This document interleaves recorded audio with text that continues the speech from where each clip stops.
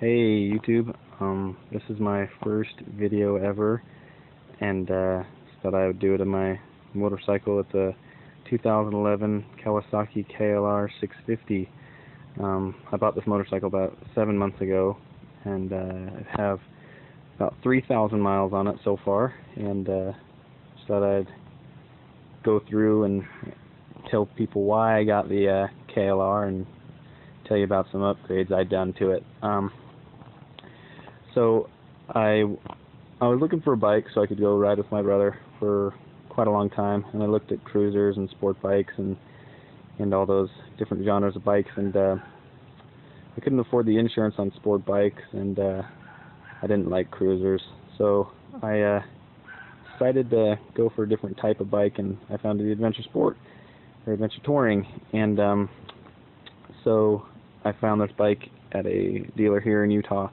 It was a year older and kind of at the end of the motorcycle season, so they were trying to get rid of it, and so I picked it up at a really good price.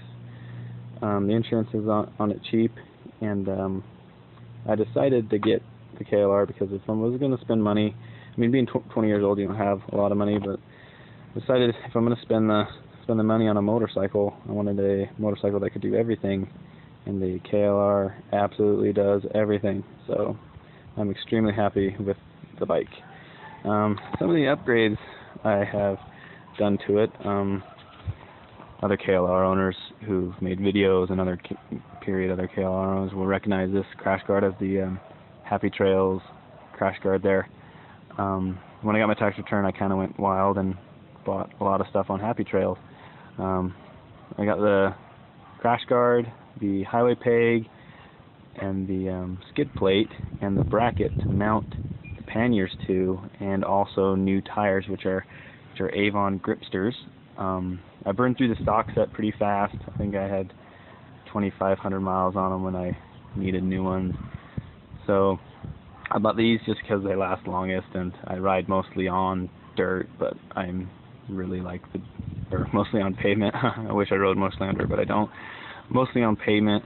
But I do like going on the dirt roads and adventuring, but I haven't done much this year because it's early spring, so there's still snow in the mountains here in Utah. The panniers I have I bought them from a guy who was selling them on KSL, which is kind of like the Craigslist of Utah. It's kind of personal toward Utah and Idaho and other places like that. He was selling them for $40 a piece, so I bought 2 of them, and I got them powder coated at a local shop there, and powder coated matte black, which I think they look really cool.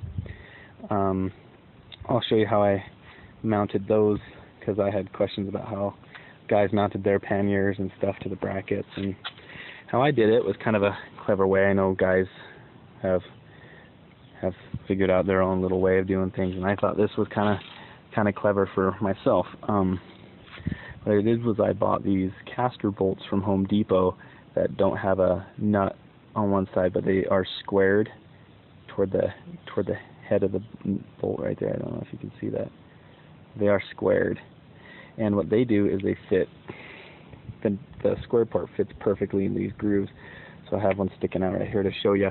I have a washer between the pannier and the bracket, and I also have one between the nut and the bracket there, or the box. And then I have, how I mounted it on the inside is I have a washer, or a big rubber washer, and then the metal washer so it doesn't pull through when I have weight in there, and then the big wing nut there, and that holds it just fine. I haven't had any problems with that pulling through.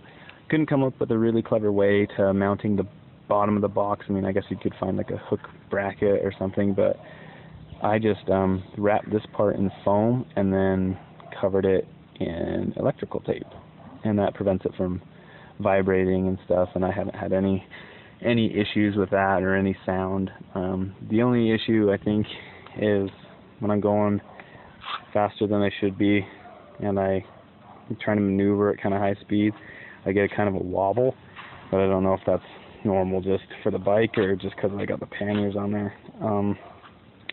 The top box here is kind of funny. This is the first box or first piece of luggage I put on it, and it is actually a Stanley toolbox. I got it from Walmart for like $20. It is waterproof. It does have a water seal there, and it is for sure waterproof. I was in Moab, and there were flash flood warnings, and it was pouring rain, and everything in there was dry, and it worked great. And plus, it's lockable, so that's a huge plus. How I mounted this was U-bolts. I have them on both sides, and the U-bolt cups the bracket right here for this bar, and to prevent it from sliding and vibrating, I wrapped it in foam and then electrical tape, and it doesn't move.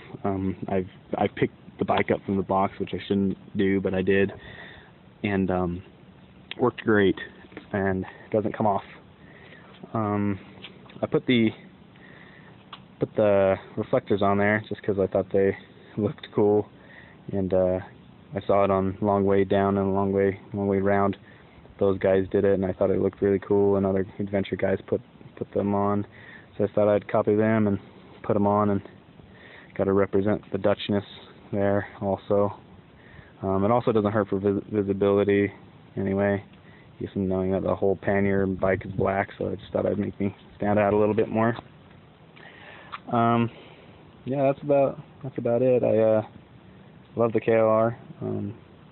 I don't understand why guys buy cruisers anymore, because you could buy a bike that does everything, but each to their own, so if you guys want to leave me a comment, gotta give a shout out, other guys who have made these videos who I've stole ideas from, like Rebel Yell and Navy guy. I can't think of names. I haven't been on YouTube for a long time, but those guys, super cool bikes, love them. So yeah, if you guys want to leave your comments and tell me how I did for my first video, or what you think of the bike, any Utah riders want to message me and we can maybe hook up and ride, that'd be fun. So thanks for your time.